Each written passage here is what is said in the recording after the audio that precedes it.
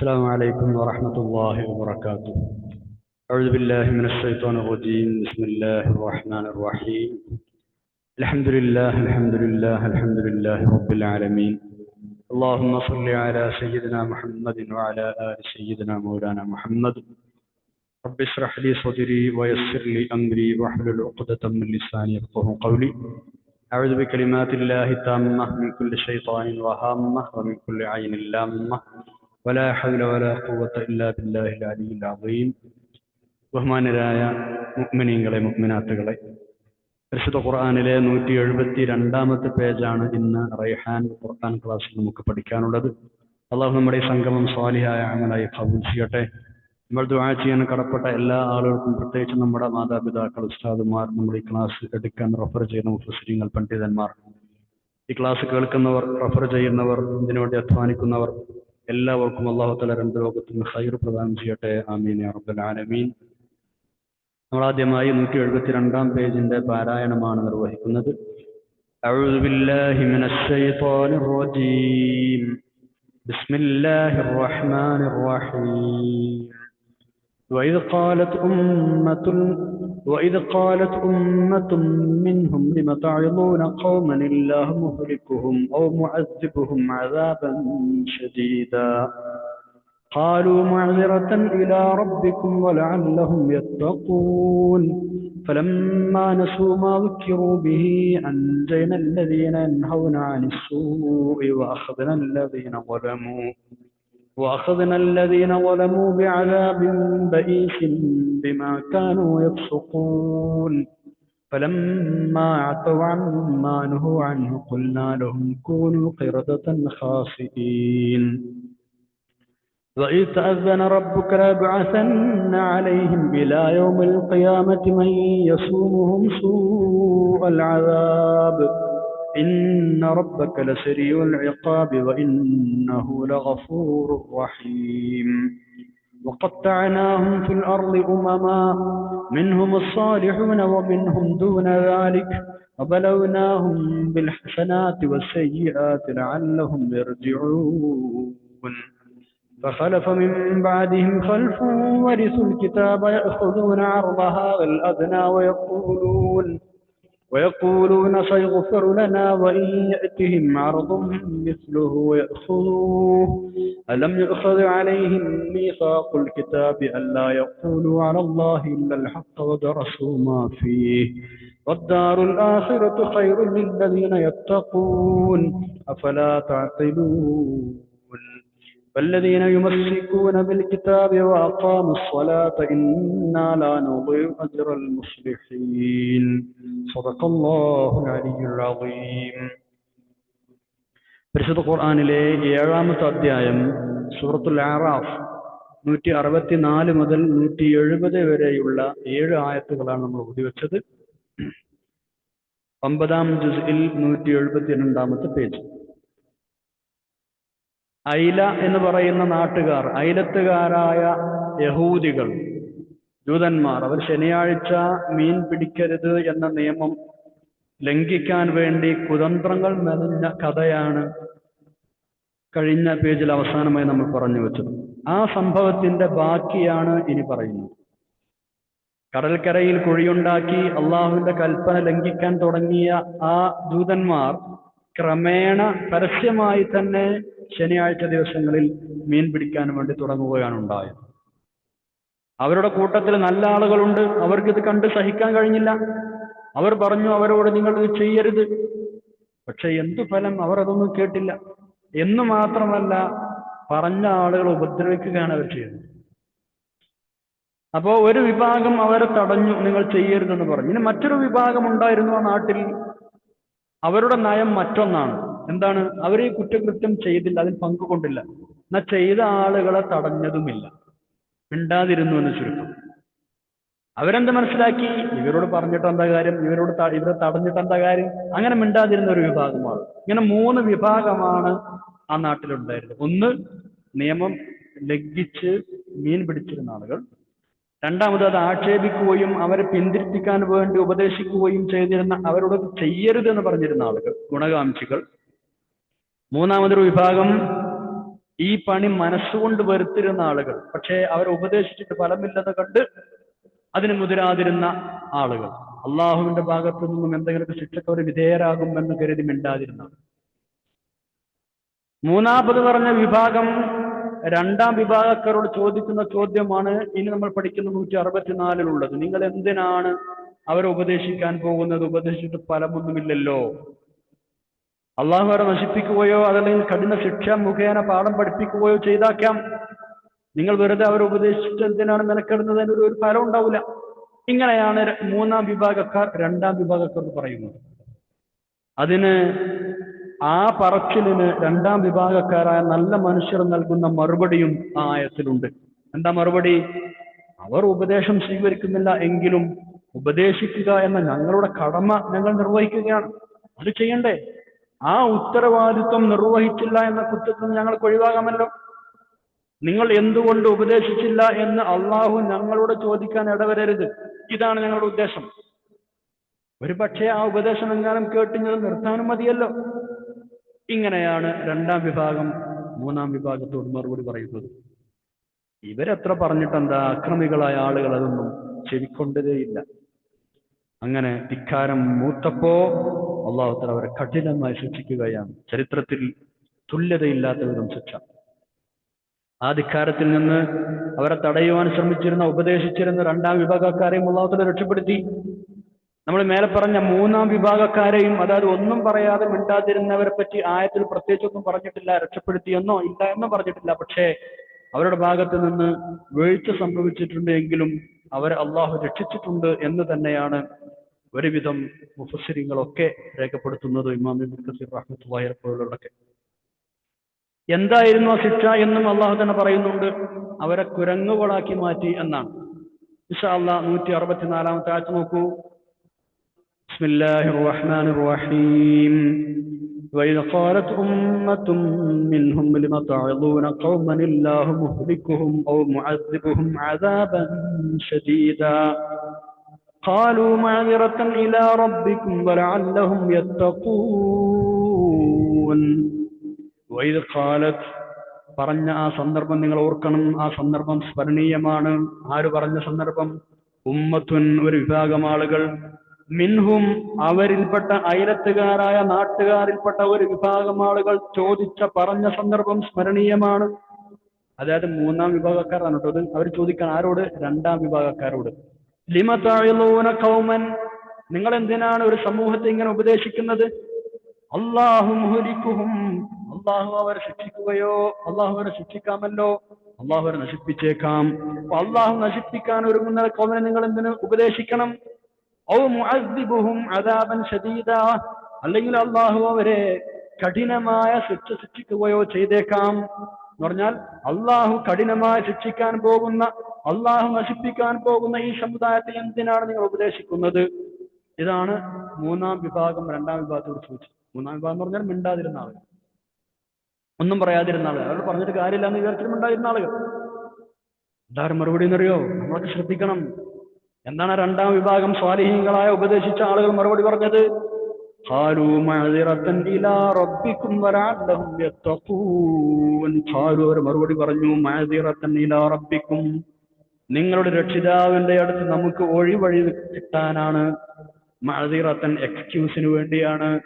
റബ്ബിന്റെ അടുക്കൽ ഒഴിവ് കഴിവ് ലഭിക്കണം, ഞങ്ങളുടെ നിരപരാധിത്വം തെളിയിക്കാനും. ഞങ്ങൾ നിരപരാധികളാണ് റബ്ബെ, ഞങ്ങൾ പറഞ്ഞിട്ടുണ്ട് അവരോട്, ഞങ്ങൾ ഉപദേശിച്ചിട്ടുണ്ട്. ഇത് പറഞ്ഞ് റബ്ബിന് മുമ്പിൽ മഅദിറത്തൻ, എക്സ്ക്യൂസ് പറയണം ഞങ്ങൾക്ക്. അതിനാണ് ഞങ്ങൾ കാരണം ബോധിപ്പിക്കണം. ഉൾദുർ എന്ന് പറഞ്ഞാൽ കാരണം എന്നാണ്. മഅദിറത്തൻ, ഞങ്ങൾ കാരണം ബോധിപ്പിക്കാൻ വേണ്ടി ഞങ്ങൾ അവർ ഉപദേശിക്കുകയാണ്.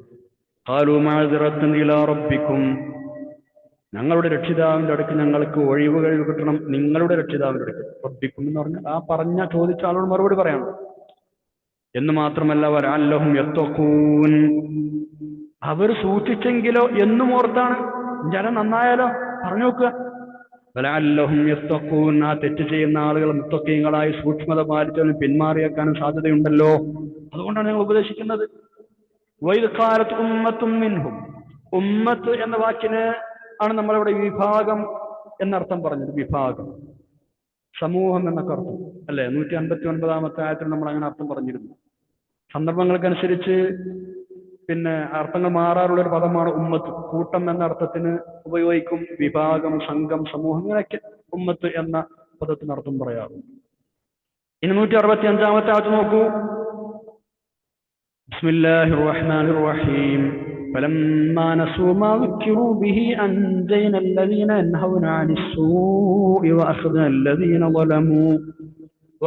الذين ظلموا بعذاب بئيس بما كانوا يفسقون. فلما نسوا അങ്ങനെ അവർ മറന്നപ്പോൾ മാ ذكروا به അവർ ഓർമ്മപ്പെടുത്തപ്പെട്ട കാര്യം അവർ മറന്നപ്പോൾ, സതുപദേശം അവർ മറന്നു കളഞ്ഞപ്പോൾ, ഈ രണ്ടാം വിഭാഗം ഉപദേശിച്ചല്ലവരെ അതവർ മറന്നു കളഞ്ഞപ്പോൾ, അൻജൈന നമ്മൾ രക്ഷപ്പെടുത്തി, അല്ലദീന ഒരു കൂട്ടം ആളുകളെ, യൻഹൗന അവർ വിരോധിച്ചിരുന്നു, അനിസ്സൂഇ വേണ്ടാവൃത്തിയെ തൊട്ട്, ഇങ്ങനെ നിങ്ങൾ ചെയ്യരുത് എന്ന് വിരോധിച്ചിരുന്ന ആ ആളുകളെ നമ്മൾ രക്ഷപ്പെടുത്തി.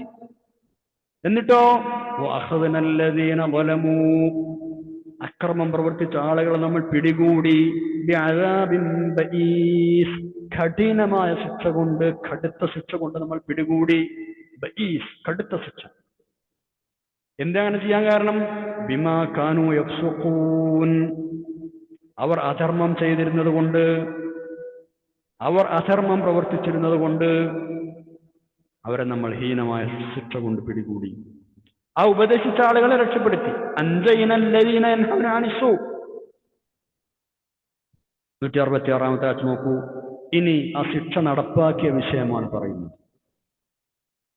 ആളുകൾക്കൊക്കെ ഉറപ്പായി, ഇവർ പറഞ്ഞിട്ട് കേൾക്കുന്നില്ല, അല്ലാഹു തആല ശിക്ഷ വരാൻ പോകുന്നു, ഉറപ്പായിട്ട് ശിക്ഷിക്കുമെന്ന് ഉറപ്പായി എല്ലാ ആളുകൾക്കും. അവരെന്ത് ചെയ്തെന്നറിയോ? ആ ആളുകളെ ബഹിഷ്കരിച്ചു. അവരെ ബഹിഷ്കരിച്ചു. അങ്ങനെ അവരെല്ലാവരും കൂടെ ഒരു ഒറ്റപ്പെട്ട മതിലിന്റെ ചുറ്റുമതിലിന്റെ ഉള്ളിൽ ഒരു കോമ്പൗണ്ടിൽ അവർ താമസിച്ചു. അങ്ങനെ ഒരു ദിവസം രാവിലെ അവരാരും വാതിൽ തുറക്കുന്നില്ല.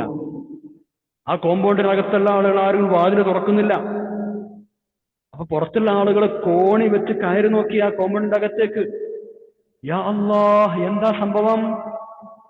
എന്താ കാണുന്നത്? ആ കോമ്പൗണ്ടിലുള്ള ആളുകൾ മുഴുവനും കുരങ്ങന്മാരായിട്ടുണ്ട്. ചെറുപ്പക്കാരായ ആളുകളൊക്കെ കുരങ്ങന്മാരാണ്, പരസ്പരം തർക്കിക്കുന്ന കുരങ്ങന്മാരായി മാറിയിട്ടുണ്ട്. വാലുകളുള്ള കുരങ്ങന്മാർ. പ്രായമുള്ള വയസ്സന്മാരായ ആളുകൾ പന്നികളുമായി മാറിയിട്ടുണ്ട്. നഊദു ബില്ലാഹ്, അള്ളാഹുവിന് ശിക്ഷ ഇറങ്ങിയിരിക്കുകയാണ്. കുരങ്ങന്മാരും പന്നികളുമാക്കി എന്ന് സൂറത്തുൽ മാഇദയിൽ 60-ാമത്തെ ആയത്തിൽ പറഞ്ഞിട്ടുണ്ടല്ലോ. ബിസ്മില്ലാഹിർ റഹ്മാനിർ റഹീം. വജഅല മിൻഹുൽ ഖിറദത വൽ ഖനാസീർ. പന്നികളായും കുരങ്ങന്മാരായി മാറ്റപ്പെട്ട സമൂഹം. അതാണ് ശിക്ഷ. നോക്കൂ നമ്മുടെ 166-ാമത്തെ ആയത്ത്. ബിസ്മില്ലാഹിർ റഹ്മാനിർ റഹീം. فلما عتوا عما نهوا عنه قلنا لهم كونوا قردة خاسئين.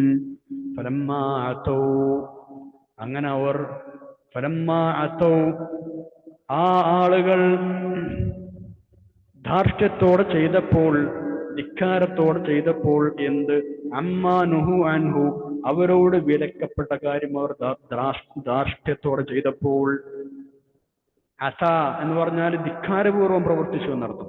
ഫലമ്മാ അത്തൗ അവർ ധാർഷ്ട്യത്തോടെ ചെയ്തപ്പോൾ, അമ്മാ നുഹു അൻഹു അവരോട് വിലക്കപ്പെട്ട നിരോധിക്കപ്പെട്ട ആ സംഗതി അവർ ധാർഷ്ട്യപൂർവം ചെയ്തപ്പോ, ഖുൽനാലഹും നമ്മളവരോട് പറഞ്ഞു, കൂനൂ ഖിറദതൻ ഖാസിഈൻ നിങ്ങൾ നിന്ദ്യരായ കുരങ്ങുകളായി കൊള്ളുക.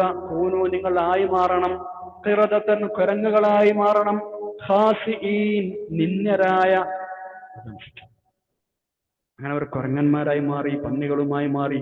അവർക്ക് അവരെ ബന്ധുക്കളെ തിരിച്ചറിയാം, പക്ഷേ ബന്ധുക്കൾക്ക് തിരിച്ചറിയില്ല. ഈ മാറിയ കുരങ്ങന്മാരായ ആളുകൾക്ക് അവരെ ബന്ധുക്കളെ പുറത്തുനിന്ന് കണ്ട മനസ്സിലാകുന്നുണ്ട്, പക്ഷേ ബന്ധുക്കൾക്ക് അവരെ തിരിച്ചറിയാൻ കഴിയുന്നില്ല. അടുത്ത് പോയി ഇങ്ങനെ മണക്കുമെന്നാണ്. അപ്പൊ ഈ ആളുകളോട് പറയും, പുറത്തുനിന്നുള്ള നല്ല സ്വാലിഹ്യങ്ങളായ മനുഷ്യന്മാർ, കുടുംബക്കാർ പറയും, നിങ്ങളോട് പറഞ്ഞിരുന്നില്ലേ ചെയ്യണ്ടാന്ന്, അള്ളാഹുവിന് ശിക്ഷ വരുമെന്ന് പറഞ്ഞിരുന്നില്ലേ, നിങ്ങൾ കേട്ടില്ലല്ലോ. അങ്ങനെ പറയുമ്പോ ആ കുരങ്ങന്മാര് തലയാട്ടിത്രേ, കരയുമത്രേ. എന്തൊരു ശിക്ഷയാണ്! അദാബുൻ ബഈസ്. 3 ദിവസമേ ഇവർ ജീവിച്ചിരുന്നുള്ളൂ എന്ന്. ഇങ്ങനെ കുരങ്ങന്മാരും പന്നികളുമായി മാറ്റി മറിക്കപ്പെട്ട ആളുകൾ കൂടുതൽ ജീവിച്ചിട്ടില്ല. 3 ദിവസം. അവർക്ക് തീറ്റയില്ല, കുടിയില്ല, പരസ്പരം ഇണ ചേർന്നിട്ടില്ല, ഒന്നുമില്ല. 3 ദിവസം കഴിഞ്ഞ പിന്നെ അങ്ങനെ മരണപ്പെട്ടു പോവുകയാണ് ചെയ്തത്. അതുകൊണ്ട് തന്നെ അവർക്ക് കുട്ടികളൊന്നും ഉണ്ടായിട്ടില്ല. ഇണ ചേർന്നിട്ടൊന്നുമില്ല, 3 ദിവസം മരിച്ചുപോയി. അബ്നാഉ ഹഫദത്തുൽ ഖിറദത്തുൽ ഖനാസിർ എന്ന് ചില ആളുകൾ പറയാറുണ്ട് ജൂതന്മാരെ കുറിച്ച്. അങ്ങനെ പറയാൻ പാടില്ല. കാരണം എന്റെ അർത്ഥം എന്താ? പന്നികളുടെയും കുരങ്ങന്മാരുടെയും മക്കളും പേരക്കുട്ടികളും എന്ന് പറഞ്ഞ് അധിക്ഷേപിക്കാറുണ്ട്. അത് കുട്ടികൾ ഉണ്ടായിട്ടില്ലല്ലോ, അവരാ കുരങ്ങന്മാരായ ആളുകൾ എന്തായിട്ടില്ല, എണ്ണ ചേർന്നിട്ടില്ല. ശരിക്കും മക്കള് എന്ന് പറയല്ല, ഒരു വെറുപ്പ് എന്നുള്ള നിലക്കാണ് അവരങ്ങനെ പറയുന്നത്. എന്നാൽ പോലും അങ്ങനെ യഥാർത്ഥത്തിൽ അങ്ങനെ സംഭവിച്ചിട്ടില്ല എന്നാണ്. അവരെല്ലാവരും യാക്കൂബ് നബി അലൈഹി ഇസ്ലാമിന്റെ പരമ്പരയാണല്ലോ, ബനു ഇസ്രായേലാണ്. നല്ല പരമ്പരയുള്ള പിതൃത്വമുള്ള തറവാടുള്ള ആളുകളാണ് അവർ. അവരങ്ങനെ പറയരുത്. വെറുപ്പ് കൊണ്ട് ചില ആളുകൾ പറഞ്ഞേക്കാം, പക്ഷെ സത്യത്തിൽ അങ്ങനെ സംഭവിച്ചിട്ടില്ല എന്നാണ്. ആയിഷ ബിബി റളിയല്ലാഹു അൻഹ അങ്ങനെ ഒരിക്കൽ ദേഷ്യപ്പെട്ട ഭാഗങ്ങൾ പറഞ്ഞു പോയിട്ടുണ്ട്. റസൂലുള്ളാഹി സ്വല്ലല്ലാഹു അലൈഹി വസല്ലം തിരുത്തിയിട്ടുണ്ട്. ഒരിക്കൽ റസൂലുള്ളാഹി സ്വല്ലല്ലാഹു അലൈഹി വസല്ലം തങ്ങളും ആയിഷ ബിബി നടന്നു പോകുമ്പോ ജൂതന്മാർ പറഞ്ഞത്രേ, അസ്സലാമു അലൈക്കും യാ അബുൽ ഖാസിം. അസ്സലാമു അലൈക്കും, അസ്സലാമു എന്നല്ല, അസ്സലാമു അലൈക്കും യാ അബുൽ ഖാസിം. നബിയെ സ്വല്ലല്ലാഹു അലൈഹി വസല്ലം താങ്കൾക്ക് മരണമുണ്ടാവട്ടെ. അതാണ് എന്റെ അർത്ഥം. സലാം പറയുന്നത് പോലെ തോന്നിപ്പിച്ചിട്ട് മരണമുണ്ടാവട്ടെ എന്ന് പറയാം. അപ്പൊ റസൂലുള്ളാഹി സ്വല്ലല്ലാഹു അലൈഹി വസല്ലം തങ്ങൾ മറുപടി പറഞ്ഞു, വഅലൈക്കും. നിങ്ങൾ എന്താണോ പറഞ്ഞത് നിങ്ങൾക്കും ഉണ്ടാവട്ടെ. ഇതിങ്ങോട്ട് കേട്ടപ്പോ ആയിഷ ബിബി റളിയല്ലാഹു അൻഹയ്ക്ക് വർത്തമാനം കേട്ടപ്പോ ദേഷ്യം പിടിച്ചു. ദേഷ്യം വന്നുപോയി. മഹദി പറഞ്ഞു, വഅലൈക്കും അസ്സലാം, നിങ്ങൾക്കും മരണമുണ്ടാവട്ടെ. വല്ലാന, ശാപമുണ്ടാവട്ടെ. യാ അബ്നാ അൽ ഖിർദത്തി വൽ ഖനാസിർ, പന്നിയുടെയും കുരങ്ങന്മാരെയും മക്കളെ, നിങ്ങൾക്ക് ശാപമുണ്ടാവട്ടെ, മരണമുണ്ടാവട്ടെ. അള്ളാന്റെ റസൂലിനാണോ നിങ്ങൾ എങ്ങനെ പറയുന്നത്? ഇതാണ് ദേഷ്യപ്പെടാൻ കാരണം. സല്ലല്ലാഹു അലൈഹി വസല്ലം പറഞ്ഞു, മഹലൻ യാ ആയിഷ, മഹലൻ. എന്താ ആയിഷ? അലൈക ബിർരിഫ്ഖി, ഒന്ന് സമാധാനപ്പെട്, മാന്യമായി സംസാരിക്ക്, മയത്തോടെ സംസാരിക്ക്. വഇയ്യാകി വൽ ഉൻഫ വൽ ഫുഹ്ഷ്, അലൈക ബിർരിഫ്ഖി വഇയ്യാകി വൽ ഉൻഫ വഇയ്യാകി വൽ ഉൻഫ വൽ ഫുഹ്ഷ്. വെറുപ്പും മോശത്തരങ്ങളും ഇങ്ങനെ സംസാരിക്കില്ല, എന്നൊക്കെ സൂക്ഷിക്കുന്നേ. എന്താ നീ പറഞ്ഞത്? അബ്നാഉൽ ഖിർദത്തുൽ ഖനാസിർ എന്നോ? അങ്ങനെ പറയരുത്. റസൂലുള്ളാഹി സ്വല്ലല്ലാഹു അലൈഹി വസല്ലം തിരിച്ചു കൊടുക്കാൻ ആയിഷ ബിബി റളിയല്ലാഹു അൻഹ. എന്താ ആയിഷ ഈ പറഞ്ഞത്? അപ്പൊ ആയിഷ ബിബി റളിയല്ലാഹു അൻഹ ചോദിച്ചു, അലം തസ്മഅ മാ യഖൂലൂൻ, നബിയെ അവരെന്താ പറഞ്ഞു നിങ്ങൾ കേട്ടില്ലേ? സ്വല്ലല്ലാഹു അലൈഹി വസല്ലം അവർ പറഞ്ഞു നിങ്ങൾ കേട്ടില്ലേ? ഞാൻ ഇത്ര പറഞ്ഞാൽ മതിയോ? അപ്പോഴാണ് റസൂലുള്ളാഹി സ്വല്ലല്ലാഹു അലൈഹി വസല്ലം പറഞ്ഞത്, അവലം തസ്മഇ മാ ഖുൽതു, ഞാൻ പറഞ്ഞു നീയും കേട്ടില്ലേ? ഞാൻ എന്താ അവരോട് പറഞ്ഞു, നീ കേട്ടില്ലേ? ഖദ് റദത്തു അലൈഹിം, ഞാൻ അവരോട് മറുപടി പറഞ്ഞിട്ടുണ്ട്. വല്ലാഹു യസ്തജീബു ലി, അല്ലാഹു എനിക്കാണ് ഉത്തരം നൽകുക. വലാ യസ്തജീബു ലഹും, അവർക്ക് ഉത്തരം കൊടുക്കൂലല്ലോ. ഞാൻ ദുആ ചെയ്താൽ റബ്ബ് എനിക്ക് ഉത്തരം തരും, അവർ ദുആ ചെയ്താൽ ഉത്തരം ഉണ്ടാവില്ല. അതുകൊണ്ട് നീ സമാധാനപ്പെടാൻ അങ്ങനൊന്നും പറയല്ലേ. അവര് പറഞ്ഞു, ഞാൻ മറുപടി കൊടുത്തു, നീ കേട്ടല്ലോ. അസ്സലാമു അലൈക്കും എന്ന് എന്നോട് പറഞ്ഞു, ഞാൻ അവരോട് വഅലൈക്കും എന്ന് പറഞ്ഞു. അത് വിഷയം കഴിഞ്ഞു. ഞാൻ വെറുപ്പിക്കുന്ന വർത്തമാനം പറയരുത് ആയിഷ എന്ന റസൂലുള്ളാഹി സ്വല്ലല്ലാഹു അലൈഹി വസല്ലം തിരുത്തി കൊടുക്കുകയാണ്. ഇവിടെ ഒരു ചർച്ചയുണ്ട്. നമ്മൾ മനസ്സിലാക്കേണ്ട വിഷയം, ഇവർ ശരിക്കും ഒറിജിനൽ കുരങ്ങന്മാരായി തന്നെ മാറ്റിമറിക്കപ്പെട്ടിട്ടുണ്ട് എന്നാണ്. കുരങ്ങന്മാരെ പോലെ ആവുക അല്ലെങ്കിൽ നിന്നരായി ജീവിച്ചുകൊള്ളുക എന്നൊന്നുമല്ല അള്ളാഹു തആല അവരോട് പറഞ്ഞത്, കുരങ്ങന്മാരായി മാറുക എന്ന്. ഇങ്ങനെയൊക്കെ മാത്രമേ അർത്ഥമുള്ളൂ. ശരിക്കും അവരെ കുരങ്ങന്മാരാക്കി മാറ്റിയിട്ടില്ല എന്ന് ചില ആളുകൾ പറയാറുണ്ട്. അത് പ്രബലമായ അഭിപ്രായം അല്ല. പല മുഫസ്സിരീങ്ങളുടെയും ഇത് സംബന്ധമായ വ്യാഖ്യാനം വിവരിച്ച ശേഷം മഹാനായ ഇബ്നു കസീർ റഹ്മത്തുള്ളാഹി അലൈഹി അതിനെല്ലാം ഒരു കൺക്ലൂഷനായി പറയുന്നത്, ആന്തരികമായ നിലക്കായിരുന്നു, ബാഹ്യമായ നിലക്കല്ല കുരങ്ങുകളാക്കിയത് എന്ന് പല ഇമാമിങ്ങൾ പറഞ്ഞത് അത് ശരിയല്ല. തീർച്ചയായും അവരെ ബാഹ്യമായും ആന്തരികമായും കോലം മറിച്ചിട്ടുണ്ട്. ശരിയായ രീതിയിൽ തന്നെ നമ്മൾ ഇന്ന് കാണുന്ന ഒറിജിനൽ കുരങ്ങുകളെ പോലെ തന്നെ അവരാക്കി മാറ്റിയിട്ടുണ്ട്. ഇതാണ് ശരിയായ അഭിപ്രായം. രണ്ടാം സൂറത്തുൽ ബഖറയിൽ 26-ാമത്തെ ആയത്തിന്റെ വ്യാഖ്യാനത്തിൽ നമ്മൾ ആ കാര്യം പറഞ്ഞിരുന്നു. ഒറ്റപ്പെട്ട ചില അഭിപ്രായങ്ങൾ ഇവിടെ ഉള്ളത്, അവരുടെ സ്വഭാവവും മനസ്സും കുരങ്ങുകളെ പോയി എന്നാണ് ഉദ്ദേശം. ഇമാം മുജാഹിദ് റഹ്മത്തുള്ളാഹി അലൈഹി ആ അഭിപ്രായം പറഞ്ഞ ആളാണ്, അദ്ദേഹം മുഫസ്സിറാണ്. പക്ഷേ ആ ഒറ്റപ്പെട്ട അഭിപ്രായം ഒഴിച്ചാൽ പ്രമുഖരായ വേറെ ഒരാളും അങ്ങനെ പറഞ്ഞിട്ടില്ലത്രേ. ഈ അഭിപ്രായം ശരിയല്ല എന്ന് മഹാനായ ഇബ്നു കസീർ റഹ്മത്തുള്ളാഹി അലൈഹി പോലെയുള്ള ആളുകൾ പറഞ്ഞിട്ടുമുണ്ട്. നമ്മളത് സൂറത്തുൽ ബഖറ 65-ാമത്തെ ആയത്തിന്റെ വ്യാഖ്യാനത്തിൽ പറഞ്ഞിട്ടുമുണ്ട്. കൂനു ഖിറദ, നിങ്ങൾ കുരങ്ങന്മാരാകുവിനെന്ന് പറഞ്ഞു മതിയാക്കാതെ ഖാസിഈൻ എന്ന് അല്ലാഹു തആല പറഞ്ഞു, നിന്ദന്മാരായ എന്നുകൂടെ. അൽ ബഖറയിലും അതേപോലെ തന്നെ അല്ലാഹു തആല പറഞ്ഞിട്ടുണ്ട്. അത് ആ ഗൗരവം, ശിക്ഷയുടെ ഗൗരവം മനസ്സിലാക്കി തരാനാണ്. അതിനു മുമ്പ് ആ ശിക്ഷയെ അദാബുൻ ബഈസ് എന്ന് അല്ലാഹു തആല പറഞ്ഞു, ഗൗരവമായ ശിക്ഷ അല്ലേ? അതുപോലെ തന്നെ സൂറത്തുൽ ബഖറയിൽ ഫജഅൽനാഹാ നക്കാലൻ ലിമാ ബൈന യദൈഹാ വമാ ഖൽഫഹാ വമൗഇദത്തുൽ ലിൽ മുത്തഖീൻ. ഈ ഒരു ശിക്ഷയെ മുൻഗാമികൾക്കും പിൻഗാമികൾക്കും ഒരു മാതൃകാപരമായ ശിക്ഷയാക്കി, സൂക്ഷ്മതയുള്ള ആളുകളുടെ സദുപദേശവുമാക്കി എന്നും അല്ലാഹു തആല പറഞ്ഞിട്ടുണ്ട്. നക്കാൽ എന്നാണ് അവിടെ പ്രയോഗിച്ചത്. മാതൃകാ ശിക്ഷ ആണ് അതിന്റെ അർത്ഥം, മാതൃകാ ശിക്ഷ. ഈ വാക്ക് 3 സ്ഥലത്താണ് അല്ലാഹു തആല ഖുർആനിൽ ഉപയോഗിച്ചത്. 5-ാം അധ്യായത്തിൽ 41-ൽ കട്ടവന്റെ കൈമുറിക്കുന്നത് പറഞ്ഞിടത്തും 79-ാം അധ്യായത്തിൽ 25-ാമത്തെ ആയത്തിൽ ഫിർഔനെയും കൂട്ടരെയും മുങ്ങി നശിപ്പിച്ച ആ വിഷയം പറഞ്ഞിടത്തും 3-ാമത്തേത് ഈ സംഭവം പറഞ്ഞിടത്തുമാണ് സൂറത്തുൽ ബഖറയിൽ 66-ാമത്തെ ആയത്തിൽ. ആയത്തിന്റെ ആ ശിക്ഷയുടെ ഗൗരവം സൂചിപ്പിക്കാൻ മാതൃകാപരമായ ശിക്ഷ എന്നർത്ഥം വരാനാണ് അങ്ങനെ ഒരു പ്രയോഗം നടത്തിയത്. ഇനി നമ്മൾ 167-ാമത്തെ ആയത്തിലേക്ക് കടക്കുകയാണ്. ബനു ഇസ്രായേലുകാരായ ആളുകളുടെ അനുസരണക്കേടും ധിക്കാരവും എല്ലാവർക്കും അറിയാം, സുപരിചിതമാണ്. നമ്മൾ ഒരുപാട് കാര്യങ്ങൾ പറഞ്ഞു അല്ലേ? മൂസാ നബി അലൈഹി ഇസ്ലാമിനെ ഒരുപാട് തവണ ബുദ്ധിമുട്ടിച്ചിട്ടുണ്ട്, ഇടങ്ങാറാക്കിയിട്ടുണ്ട്. ആ സന്ദർഭങ്ങൾ പലതും ഖുർആൻ ചർച്ച ചെയ്തിട്ടുമുണ്ട്. ഒരുപാട് കാലമായി ശാപങ്ങളുടെയും കോപങ്ങളുടെയും പാരമ്പര്യം പുലർത്തിപ്പോന്ന ഒരു കൂട്ടരാണ് ജൂതന്മാർ. ഈ ശാപഫലം പരലോകത്ത് വെച്ച് മാത്രമല്ല ഇഹലോകത്ത് വെച്ചും അവർ അനുഭവിച്ചു കൊണ്ടിരിക്കുമെന്ന് 1-ലധികം സ്ഥലത്ത് അല്ലാഹു തആല വ്യക്തമായി പറയുകയും ചെയ്തിട്ടുണ്ട്. അതിനു പുറമെ ലോകാവസാനം വരെയും ഓരോ വിഭാഗം ആളുകളെ ഈ വിഭാഗത്തിനെതിരെ, ബനു ഇസ്രായേലിനെതിരെ അല്ലാഹു തആല തിരിച്ചു കൊണ്ടുകൊണ്ടിരിക്കും. പലരും അവരെ ഖിയാമത്ത് നാൾ വരെ വിഷമിപ്പിച്ചുകൊണ്ടിരിക്കും എന്നൊരു അറിയിപ്പ് കൂടെ അല്ലാഹു തആല നൽകിയിട്ടുണ്ട് എന്നാണ് ഇനി പറയുന്നത്. ഇസ്രായേലരായ ആളുകൾ പൊതുവെ ധിക്കാരികളാണ്, അതിക്രമകാരികളാണ്, നമുക്കൊക്കെ അറിയാം. അതുകൊണ്ട് തന്നെ അവരെയും അതേപോലെ ശിക്ഷിക്കുകയും വിഷമിപ്പിക്കുകയും ചെയ്യുന്ന ശക്തികളെ എക്കാലവും അല്ലാഹു തആല നിയോഗിക്കും എന്നർത്ഥം.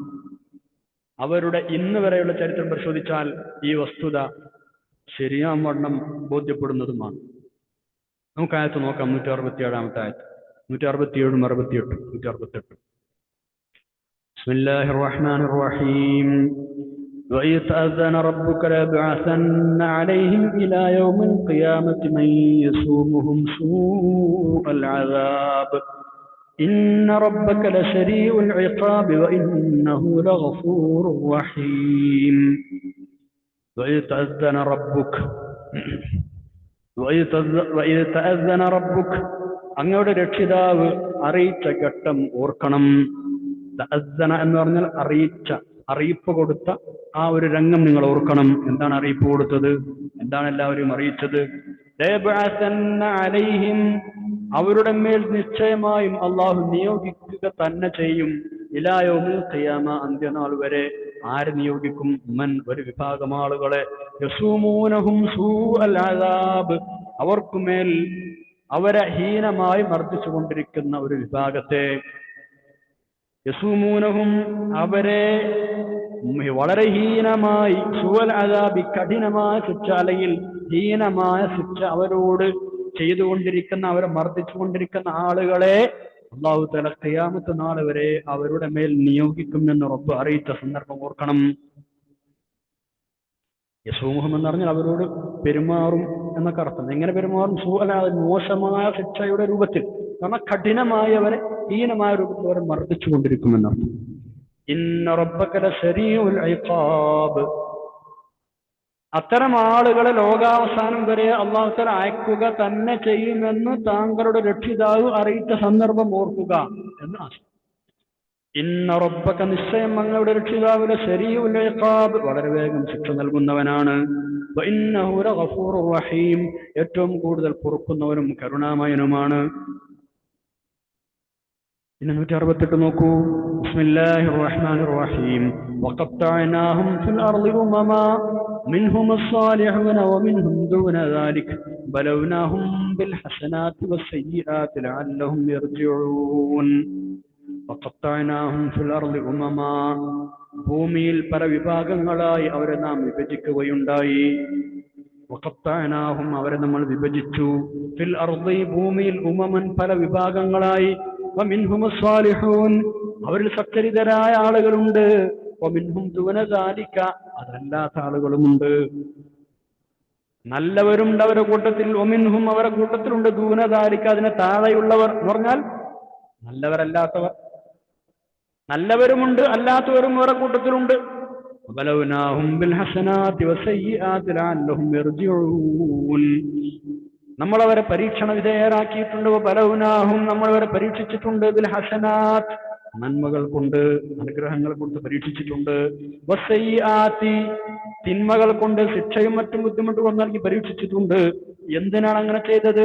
ലഅല്ലഹും യർജിഊൻ, അവർ ധിക്കാരത്തിൽ നിന്ന് മടങ്ങാൻ വേണ്ടി. ലഅല്ലഹും യർജിഊൻ, അവരൊന്ന് മടങ്ങി കിട്ടാൻ വേണ്ടി, നന്നാകാൻ വേണ്ടി. 5-ാം അധ്യായത്തിൽ 22-ാമത്തെ ആയത്തിൽ കാണാവുന്നത് പോലെ നിരവധി പ്രവാചകന്മാരുടെ, രാജാക്കളുടെ ഒക്കെ പാരമ്പര്യമുള്ള നല്ല സമൂഹമാണ് യഹൂദികൾ. എന്നിട്ടും സ്വതന്ത്രമായ ഇസ്സത്തുള്ള ഒരു നിലനിൽപ്പ് ആ സമുദായത്തിന് ഇന്നേ വരെ ഉണ്ടായിട്ടില്ല. എന്നും പ്രശ്നങ്ങളാണ്, എന്നും മറ്റുള്ള ആളുകൾക്ക് വിധേയപ്പെട്ട് കഴിയലാണ് അവരുടെ ചരിത്രത്തിലുള്ളത്. മറ്റൊരു സമുദായത്തിന്റെ ചരിത്രത്തിലും ഇത്രമാത്രം മോശമായ ഒരവസ്ഥ കാണാൻ കഴിയില്ല.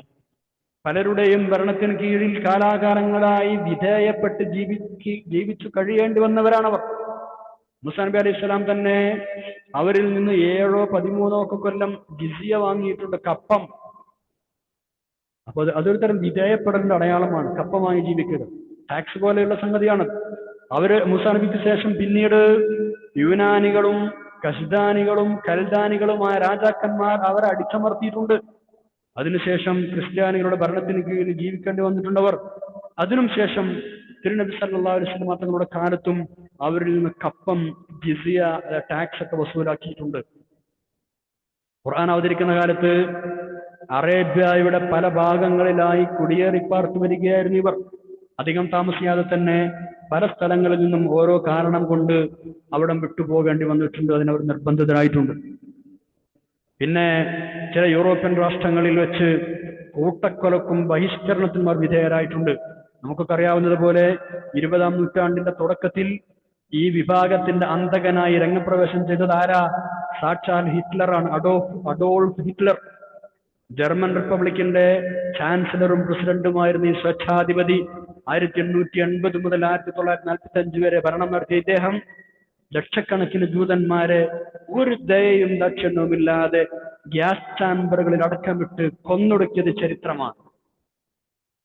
എന്നും അള്ളാഹു തആല പറഞ്ഞതുപോലെ നിന്ദ്യരായി കഴിയേണ്ടി വന്നവരാണത്. വഖത്തഅനാഹും ഫിൽ അർളി ഉമമാ, ഭൂമിയിൽ നാം അവരെ പല സമൂഹങ്ങളായി വിഭജിച്ചു, അല്ലെ, കഷ്ണിച്ചു. ഖത്ത എന്ന് പറഞ്ഞാൽ മുറിച്ചു എന്നാണ് ശരിക്കും, കഷ്ണിച്ചു. അള്ളാഹു പറഞ്ഞതുപോലെ തന്നെ ഭൂമിയുടെ നാനാഭാഗങ്ങളിലുമായി അവർ ചിഹ്നിച്ചെതറി. അവസാനം ആയിരക്കണക്കിന് കൊല്ലങ്ങൾക്ക് ശേഷം 1918 മുതൽ ഫലസ്തീനിന്റെ ഏതാനും ചില ഭാഗങ്ങൾ കയ്യേറാൻ തുടങ്ങി. അങ്ങനെയാണ് 1948 ഇസ്രായേൽ എന്നൊരു രാഷ്ട്രം രൂപമെടുക്കുന്നത്. അങ്ങനെയാണ് അവർ ഒരു സങ്കേതം കണ്ടെത്തുന്നത്. പക്ഷേ അത് അവരുടെ സ്വഭാവം നന്നായതുകൊണ്ടോ അവരുടെ മേന്മ കൊണ്ടോ ഒന്നുമല്ല. അവരെ കൊണ്ട് പൊറുതിമുട്ടിയ ചില വൻകിട ലോക രാജ്യങ്ങളുടെ ഇടപെടലുകൾ ഉണ്ടായി, അവരുടെ പരിശ്രമമുണ്ടായി. അതുകൊണ്ട് മാത്രം ആ രാജ്യം സ്ഥാപിതമായി. അങ്ങനെ നിലനിന്നു പോരുന്ന ഒരു രാജ്യം എന്ന് മാത്രം. ആ വമ്പൻ രാജ്യങ്ങളുടെ സപ്പോർട്ട് എന്നില്ലാതാവുന്നവോ അതോടെ ആ രാജ്യത്തിന് നിലനിൽപ്പില്ലാതെയാകും. ഒരു രാജ്യം ഉണ്ടായി കിട്ടാൻ വേണ്ടി, അങ്ങനെ ഒരു മോഹം പൂവണിഞ്ഞു കിട്ടാൻ വേണ്ടി അവരെ സഹായിക്കാമെന്ന് 1-ാം ലോക മഹായുദ്ധകാലത്ത് സഖ്യശക്തികൾ വാഗ്ദാനം ചെയ്തിരുന്നു അത്രേ. അങ്ങനെ ജൂതന്മാരുടെ സഹായം അവർ തേടിയിരുന്നു. 1917 ബാൽഫർ പ്രഖ്യാപനത്തിൽ ഇങ്ങനെ ഒരു കരാറുണ്ടായിരുന്നു എന്ന് ചരിത്രത്തിൽ കാണാം. അതനുസരിച്ചാണ് ജൂതന്മാർ യുദ്ധം കഴിഞ്ഞ ഉടൻ ഫലസ്തീനിലേക്ക് മാറി താമസിക്കുവാൻ തുടങ്ങിയത്. അതിനുശേഷം പല സംഭവങ്ങളും നടന്നിട്ടുണ്ട്. അതിനൊക്കെ ശേഷമാണ് 1948 ഇസ്രായേൽ രാഷ്ട്രം ഔദ്യോഗികമായി ഒഫീഷ്യലായി നിലവിൽ വരുന്നത്. പലരുടെയും ദാക്ഷിണ്യം കൊണ്ട് ഫലസ്തീനിൽ തൽക്കാലം അവർ കാലുറപ്പിച്ചിട്ടുണ്ട്, ശരി.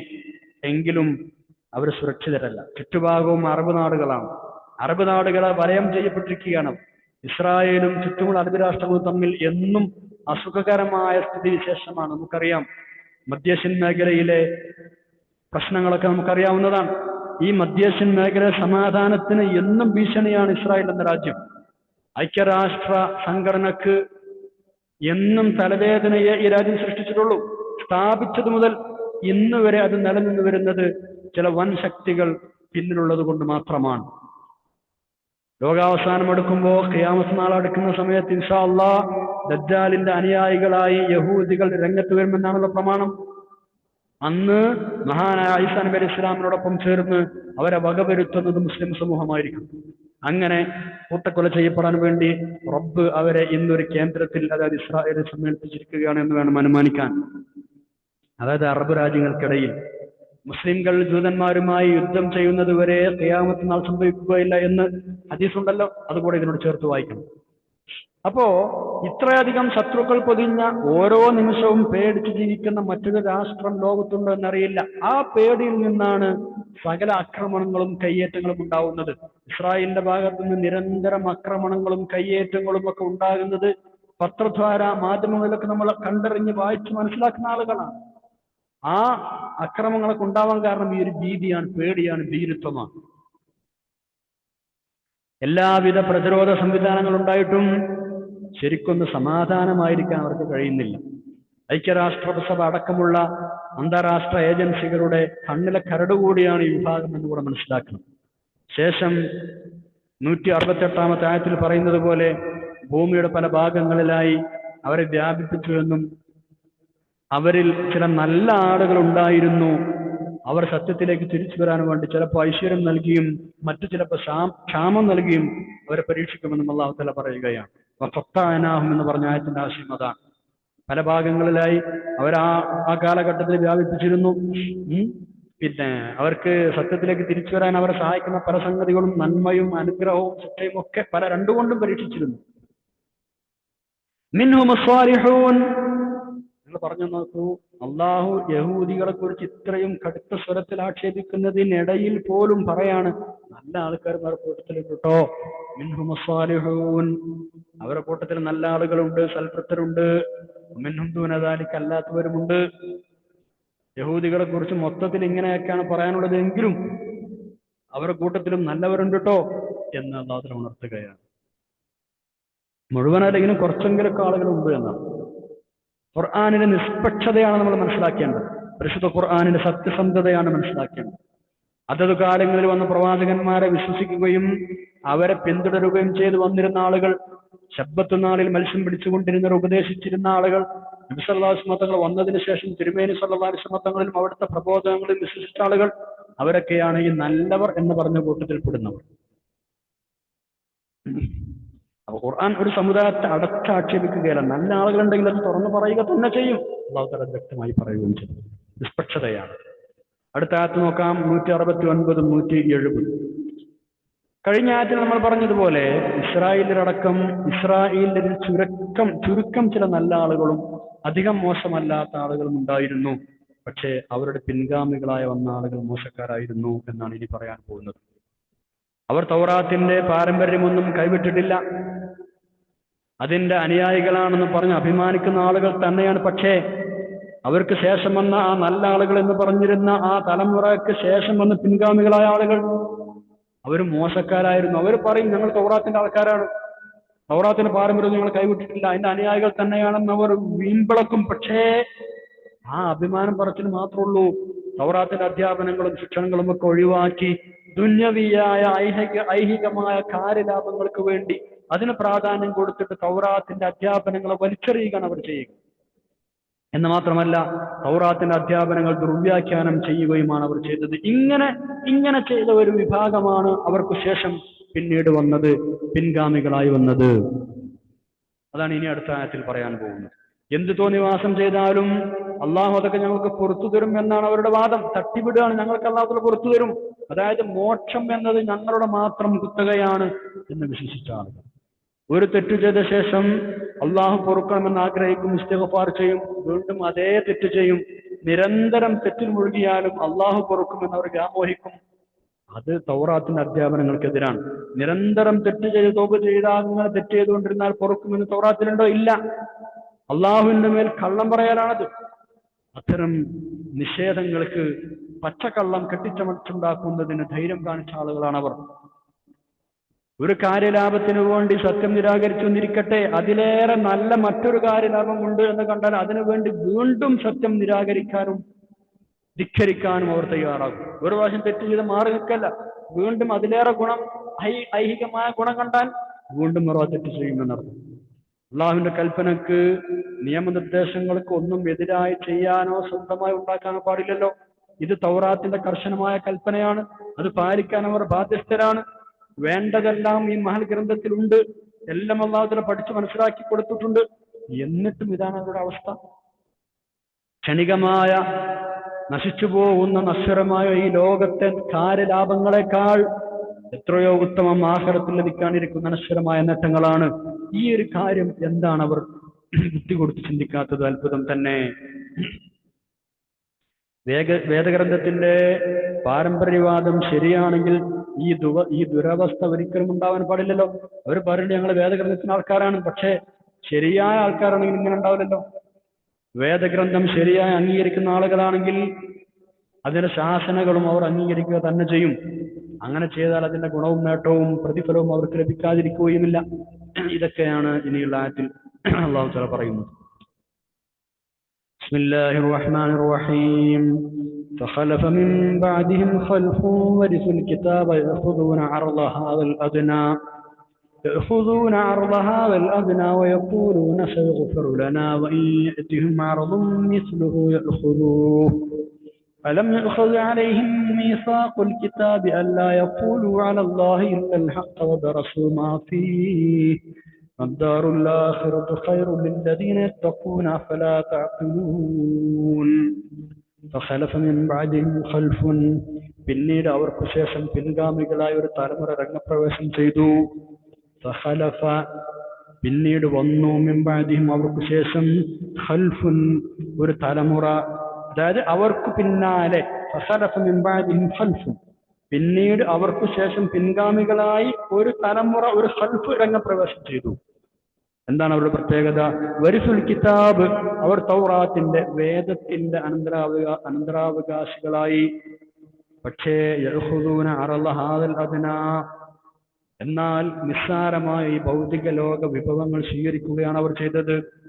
അവർ കിതാബിന്റെ അവകാശികളാണ് എന്നവർ വാദിക്കുന്നുണ്ട്, തട്ടിവിടുന്നുണ്ട്. ഞങ്ങളുടെ തൗറാത്ത് മുഴുക്കപ്പെടുന്ന ആൾക്കാരാണ്, പാരമ്പര്യമുള്ള ആൾക്കാരാണെന്നൊക്കെ. പക്ഷേ അവർ സ്വീകരിക്കുന്നു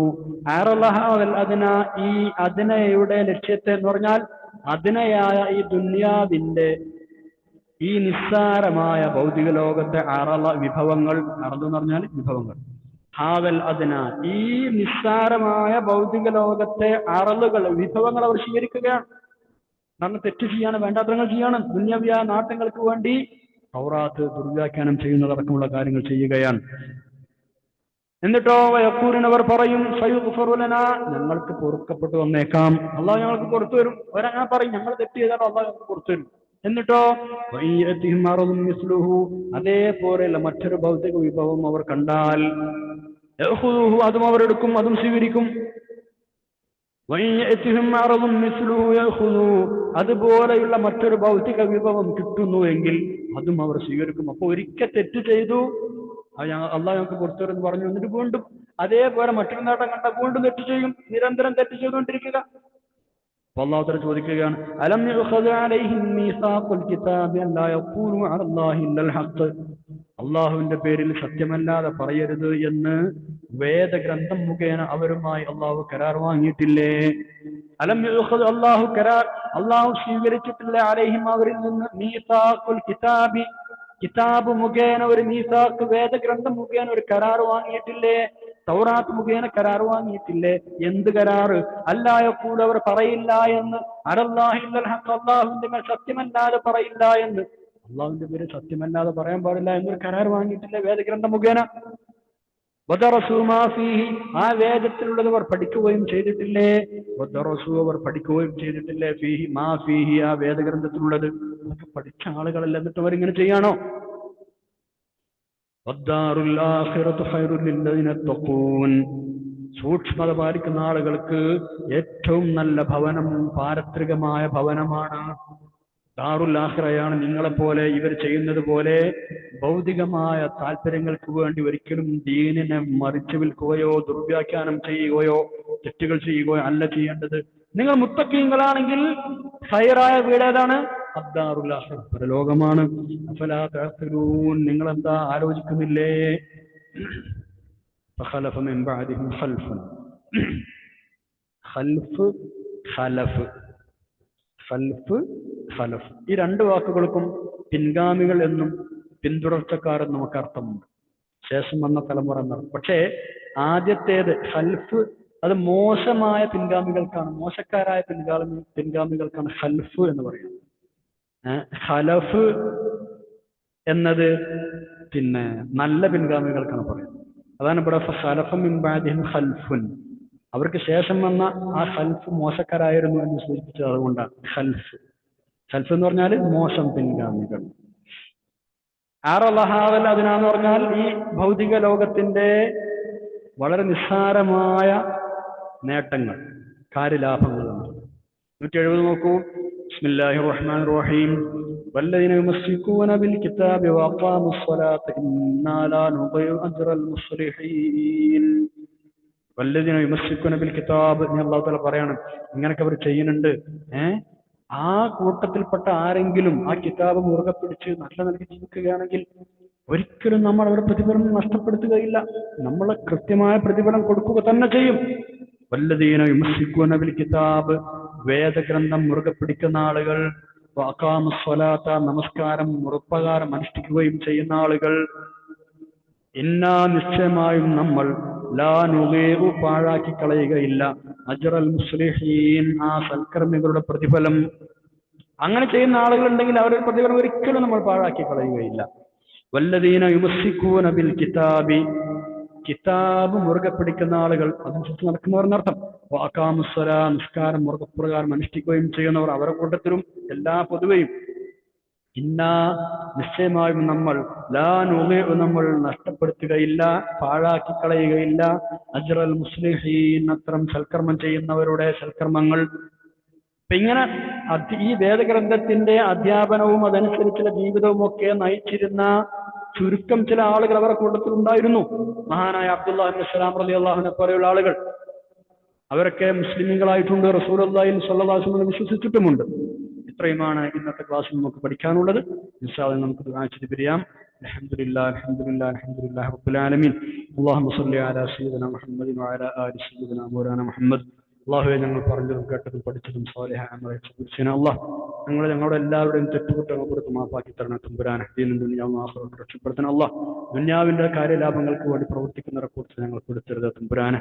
ഇഖ്ലാസ് നൽകണം റഹ്മാൻ, ആത്മാർത്ഥതയോടെ നിന്റെ ഖുർആനിന് ഇൽമിനെ ഖിദ്മത്ത് ചെയ്യാൻ തൗഫീഖ് നൽകണം. അല്ലാഹ് ഞങ്ങളുടെ മാതാപിതാക്കൾക്കും ഉസ്താദുമാർക്കും ഈ ക്ലാസ് കേൾക്കുന്നവർക്കും പുറത്തു കൊടുക്കണം തമ്പുരാനെ. ഞങ്ങളെല്ലാവരെയും നാളെ ജന്നാത്തിൽ ഒരുമിച്ച് കൂട്ടണം. അല്ലാഹ് ദുആ കൊണ്ട് വസിയത്ത് ചെയ്ത എല്ലാവരുടെയും മുറാദുകൾ ഹാസിലാക്കണം തമ്പുരാനെ. രോഗികൾക്ക് ശിഫ നൽകണം റഹ്മാനെ. ربنا آتنا في الدنيا حسنة وفي الآخرة حسنة وقنا عذاب النار.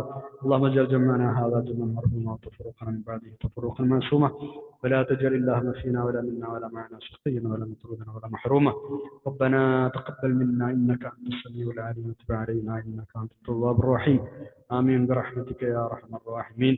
صلى الله تعالى وسلم على خير خلق سيدنا محمد وعلى آله وصحبه أجمعين. سبحان ربك رب العزة عما يصفون وسلام على المرسلين الحمد لله رب العالمين. ഞങ്ങളെല്ലാവരും ദുആ ചെയ്യണം. സുബ്ഹാനക്കല്ലാഹു വബിഹംദിക അഷ്ഹദു അൻ ലാ ഇലാഹ ഇല്ല അൻത അസ്തഗ്ഫിറുക വഅതൂബു ഇലൈക്. വസ്സലാമു അലൈക്കും വറഹ്മത്തുള്ളാഹി വബറകാതുഹു.